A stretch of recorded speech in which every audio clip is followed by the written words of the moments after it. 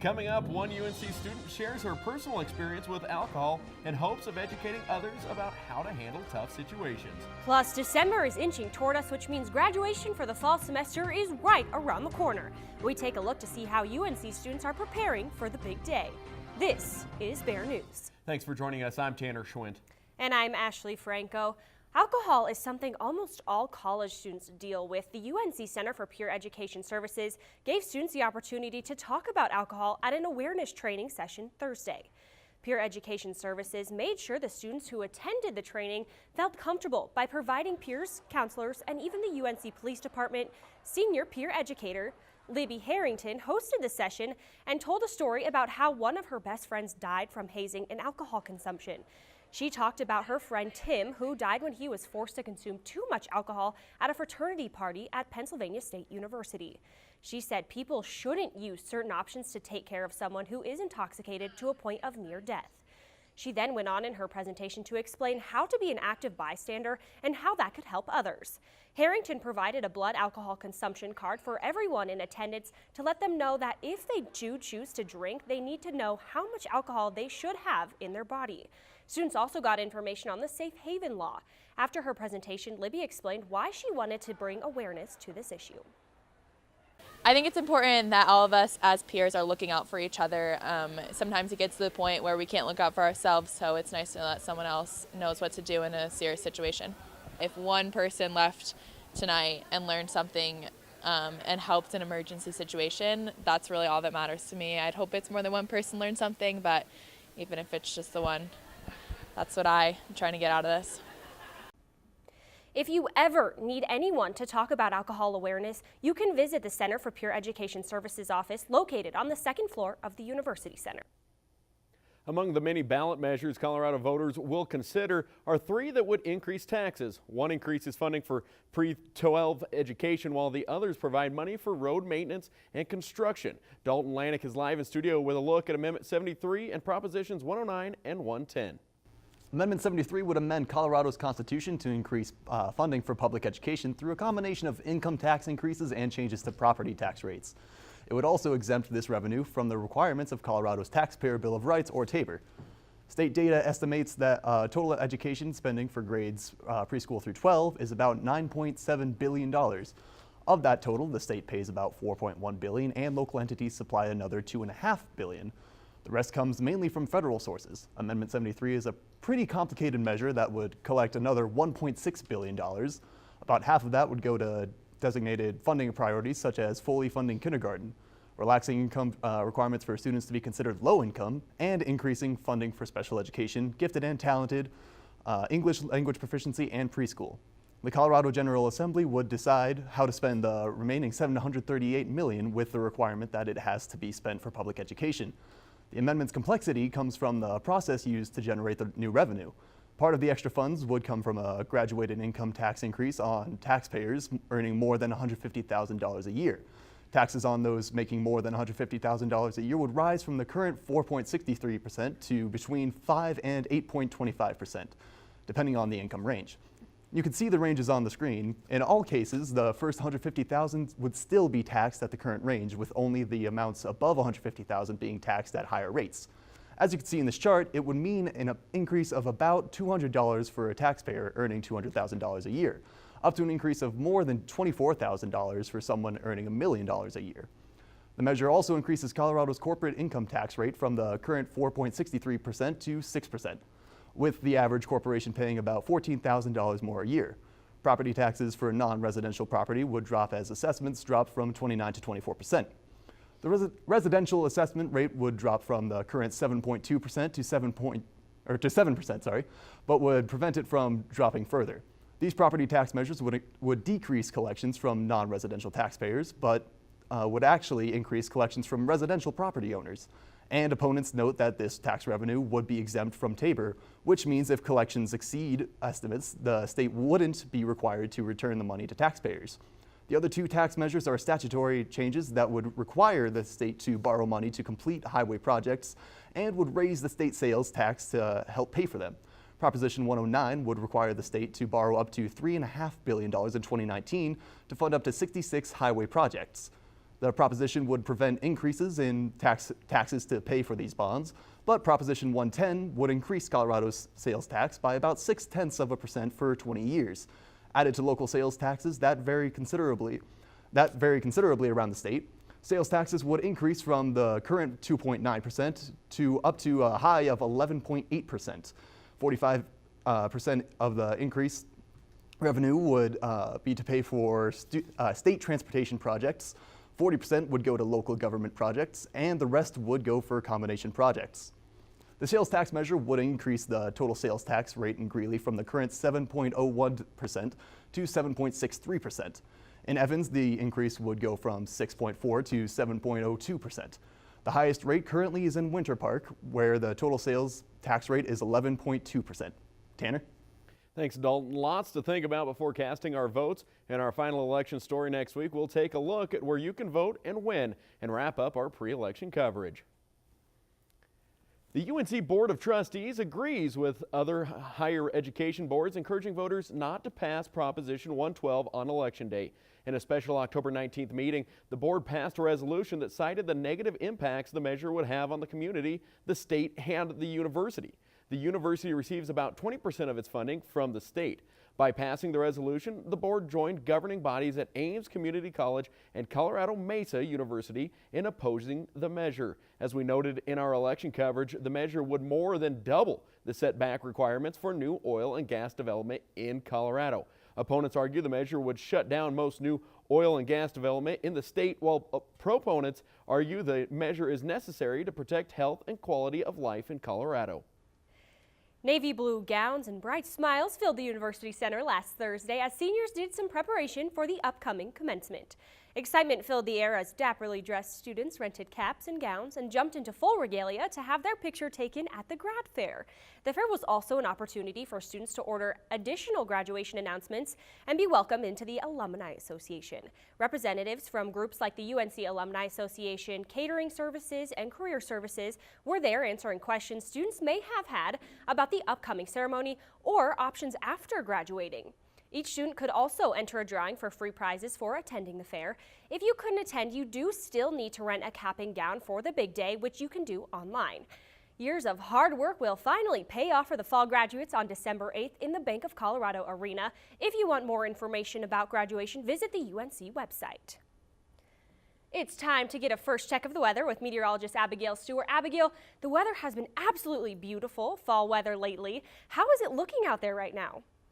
Right now on campus, 66 degrees with partly cloudy skies. Along the Front Range, we're seeing temperatures in the 60s with 30s in the mountains and 50s along the Great Plains. Now this morning we woke up to some cloud cover, but most of the clouds are staying over the central states as this system moves eastward over the next couple of days. Coming up, I'll have more on the high pressure for the weekend, a bit of a hurricane update, and your full weather forecast. Back to you. Food, crafts, performers, all part of Greeley's second annual Multicultural Festival. Organizers held the event inside at Zoe's Cafe and Event Center this year because of Colorado's ever-changing weather. The festival featured many performers, food, demonstrations, crafts, and more. It attracted a fair number of people and many talented performers, mainly coming from UNC's music department. Some of the performers included a Japanese drumming group, several Korean groups, and an Irish music group. Festival founder Josh Floriance said he comes from a diverse family, and saw that Greeley needed a way to celebrate all cultures. There was an immense amount of talent and a lot of learning opportunities. Festival number 3 is already in the works and is planned for October next year. Coming up next, rumors surrounding a popular restaurant in downtown Greeley are put to rest when I go up and do some investigating. And Halloween is next week, as I'm sure you could have guessed. Our question of the week this week is all about the spooky day. We'll have students' responses to our question right after the break. Stay with us.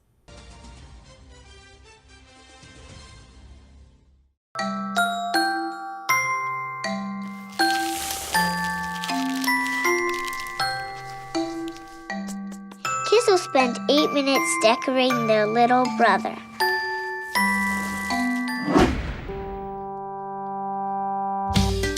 Brushing for 2 minutes now can save your child from severe tooth pain later.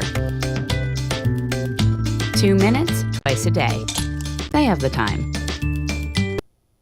Now, earlier this year, I did a story about the local restaurant Stuffed Burger and about how they interact with UNC. Well, there have been a lot of rumors flying around about Stuffed going away, what's going to replace it, and when we could see these changes. So I did some investigating.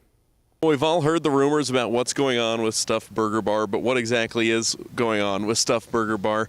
We're out here live in front of it, obviously, and the place that has been known for having so many great burgers for so many college students and, you know, just a great environment to hang out will soon be changing. When, we don't know yet, but that's what we do know. We know that it will be changing, and it will still continue to serve some burgers, probably not all of them, so hopefully your favorites make the list. Spoke with owner Tiffany Helton off camera a couple of days ago, and she was very select with the details that she gave away in terms of what this Stuffed Burger will be becoming, but we can tell you that it, again, will be changing.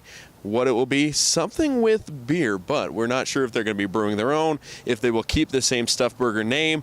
We know, though, the owners will be staying the same. Tiffany Helton and Jake Fitzsimmons will continue to own the building. They will continue to be in charge of all of the production that's going into whatever it turns into, whether that's a brewery, whether that's a place that they split it in half. Maybe the downstairs, as you can see kind of right over there, that they do have a downstairs, so maybe that turns into a brewery, and then upstairs stays the same. There hasn't been any remodeling going on other than the bathrooms inside of Stuffed Burger Bar. So just out here to dismiss some of the rumors that's going on. Still don't know for sure what Stuffed Burger is going to be turning into, but we do know there's a change coming.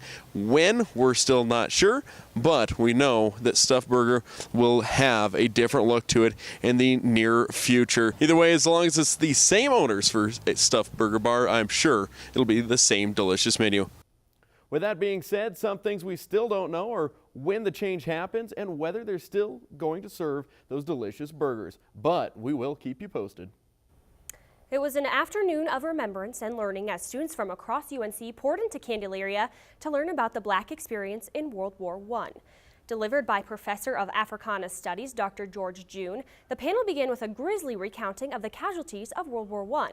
If one looked closely, they could see that the figures on the projector only showed European countries. June then showed the casualties from African and Asian nations, some reaching as high as Nigeria's 85,000 man loss during the war. He said of the 37 million lives lost during World War I, an estimated 500,000 were from African nations. The panel then shifted toward the accomplishments of African Americans in World War I, most notably those of Corporal Eugene Jacques Bouillard. Bouillard was the first African American pilot in the war, but he started out as a stowaway to Europe prior to the war. He began working odd jobs, eventually becoming a famed boxer in England. When war broke out, Bouillard enlisted in the French Foreign Legion, where he served for 3 years, acquiring 2 confirmed kills, the admiration of French President de Gaulle, and even getting to light the eternal flame at the tomb of the unknown soldier in Paris. June concluded the discussion about Bouillard by explaining how he became airborne in the first place. When he was wounded during the war's costliest battle at Verdun, Bouillard decided to try to be the first African fighter pilot. Despite being told it couldn't be done, Bouillard did it anyway. When the war ended, Bouillard's accomplishments earned him the faith of French people. He served in World War II as a spy for the French and eventually returned home to the United States. June said that his interest in World War I really began in high school, which he attended on a military base in Verdun, France. Most students in attendance came from all across UNC's academic spectrum, from business to Africana studies to history, but a senior finance and economics major, Connor Bell, said it was the stuff that he wasn't told about the war that he found the most interesting. 37 million lives lost during World War I, and we're still learning more about where they came from and who they are. Simply amazing. Now, with October coming to an end, that means a couple of things. UNC students are almost on break, and we might find kids coming to our doors knocking, asking for candy. Yes, that's right, Halloween is next week. It's also one of my favorite times to see all the unique costumes that kids come up with. For our question of the week this week, Bear News reporter Matt Jenkins went around campus to ask students about their very favorite Halloween costumes.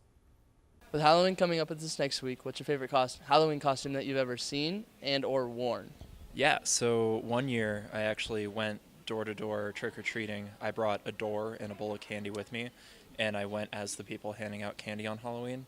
So they'd like open the door and I'd put candy in their bowl, close the door, pick it up and start walking away.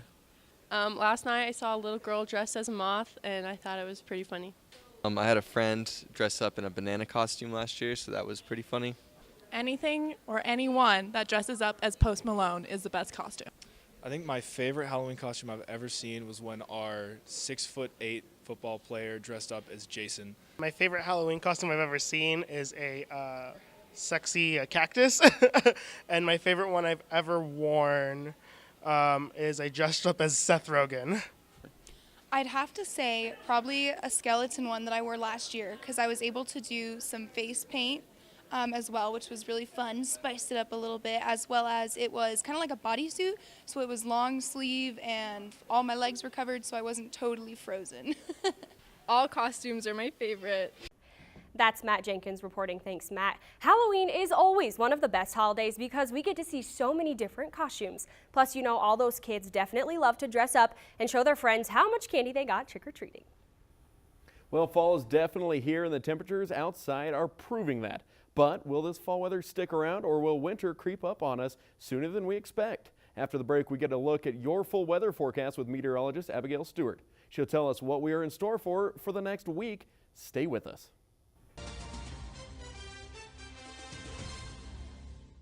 Hey, I'm Anderson Cooper.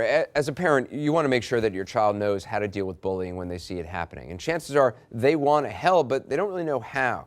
Well, teach them that the best thing to do is calmly walk away, find a teacher or other adult, and speak up. And do your part. Be that adult they can talk to and trust will listen. Join me to help stop bullying. Go to stopbullying.gov to find out more. You sure you don't want some? It's chamomile. Listen, you are extremely terrifying. Just the scariest undead subhuman thing on TV, and I really mean that. But I am worried that you could give my kids nightmares if they see you, so I'm gonna have to block you. So that's it. Oh, and tell the zombies they're blocked too.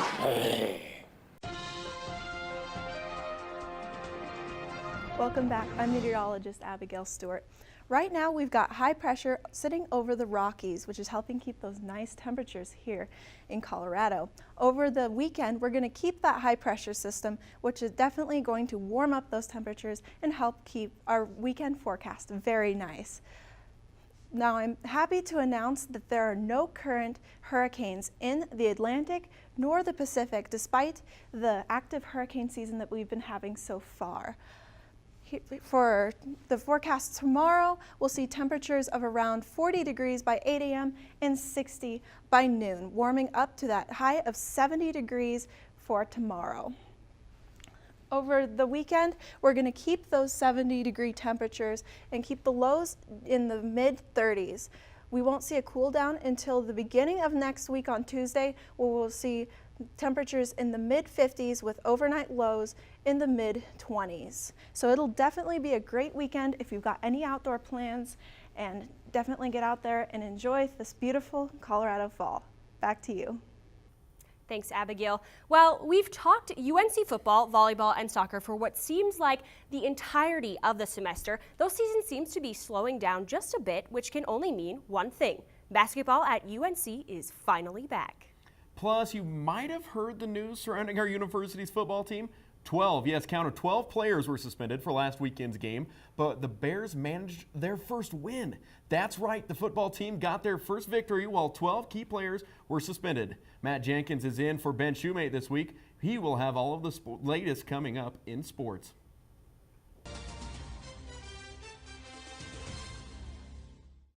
All right, give me a spot.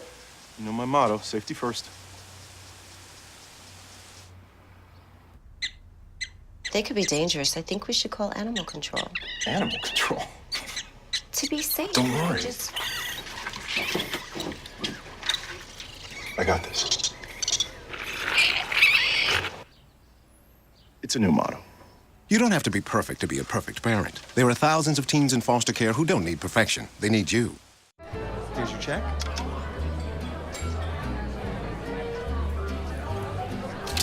Oh, you got it. You know, since I got rid of my car, I really enjoy walking. Okay. Getting pulled over for buzz driving could cost you around $10,000 in fines, legal fees, and increased insurance rates. Oh, you're home early. You live with your mom? That'll set your game back a few years. Buzzed, busted, and broke. Because buzz driving is drunk driving. It's getting cold here at UNC, and you know what that means. If you don't know, Trevor Sherman tells us it's the return of UNC basketball and winning games. For the Bears, replacing last season's talent was always going to be hard. But instead of changing the system, the Bears chose to double down on young talent.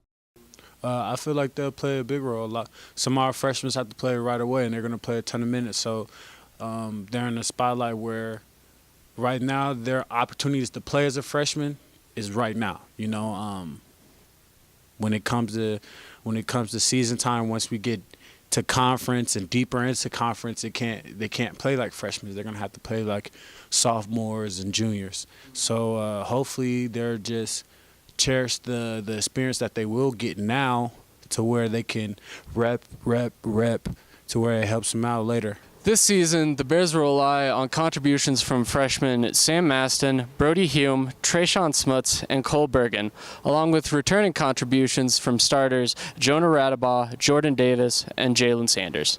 It's totally different. Last year, we did have an older team with Andre Spite, Anthony Johnson, Tanner Morgan. This year, we bring in 7 freshmen, 8 new guys in total. So we do have a lot of new guys. But with that being said, guys like Jordan Davis, Jonah Radabaugh, Jalen Sanders, Kai Edwards that played a lot of minutes last year, we do have a lot of experience back. So I think it's going to be a new team, but we do have a lot of experience that should help us out a lot. The team isn't focusing on end-season goals now, but instead they are trying to improve every day. Yeah, absolutely. I mean, I think our biggest thing right now is just in terms of not worrying so much about winning and losing, but more so just in terms of getting better every practice, every day. So with that being said, we always have high expectations. We always want to be as good as we can be, especially when league play starts up and when the conference tournament starts. That's when we want to be playing our best basketball of the year. Reporting for Bear News, I'm Trevor Sherman. The UNC season kicks off next Tuesday with an exhibition game against Colorado Christian at 7 p.m. in Greeley. Playing without 12 players suspended for breaking curfew, the University of Northern Colorado football team had to get creative Saturday against Northern Arizona. And as Chris Bolin tells us, nobody pushed farther out of their comfort zone than receiver Noah Soule. Finally. After 7 grueling losses for the UNC football team and fans alike, the Bears finally picked up a win, dismantling Northern Arizona 42-14 Saturday at Nottingham Field. Oh man, it was just so great to see the kids' faces. I mean, that was literally worth everything, was just to see how happy the kids were after that win. The Bears look like a completely new team in that win in more ways than one. UNC was without 12 players suspended for breaking curfew 2 weeks ago on a trip to Portland State. And everybody had to step up, but no one more so than wide receiver Noah Soule. With both kicker Marquise Combs and punter Colin Root missing, Soule had to step up to handle both punting and kickoff responsibilities. I played soccer all my life, so I knew I could come in and punt the ball. And Coach Collins and Woody came up to me and just asked, and I said, of course. And so I stayed after practice and started punting, and they said, you got the job. So. He last kicked full-time as a sophomore in high school, and aside from the 2-punter look the Bears have used sparingly in his time at UNC, this was his first action since then. But Blevins said Soule will get more looks at punter moving forward, along with a few others who stood out at practice.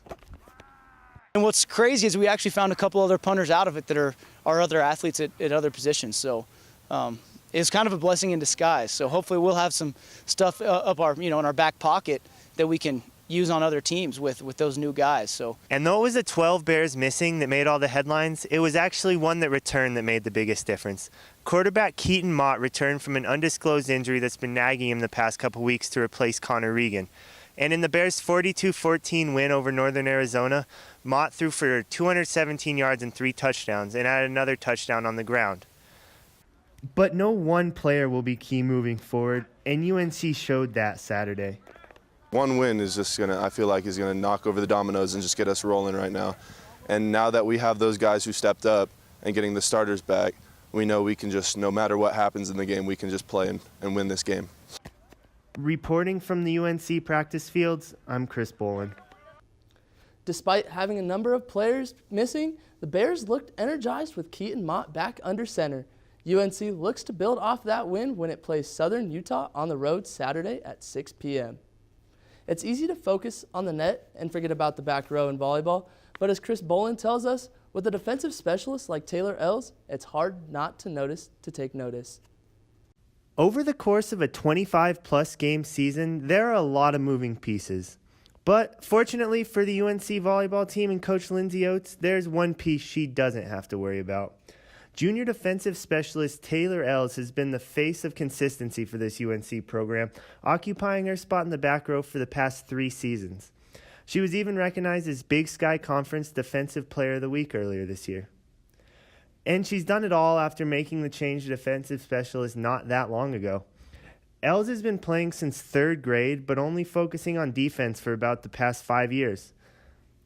I was actually a hitter until like my sophomore year of high school. That's when I kind of was playing more elite volleyball, so I was too short to hit, so I became a defensive specialist. But it was a seamless transition, and she's only getting better.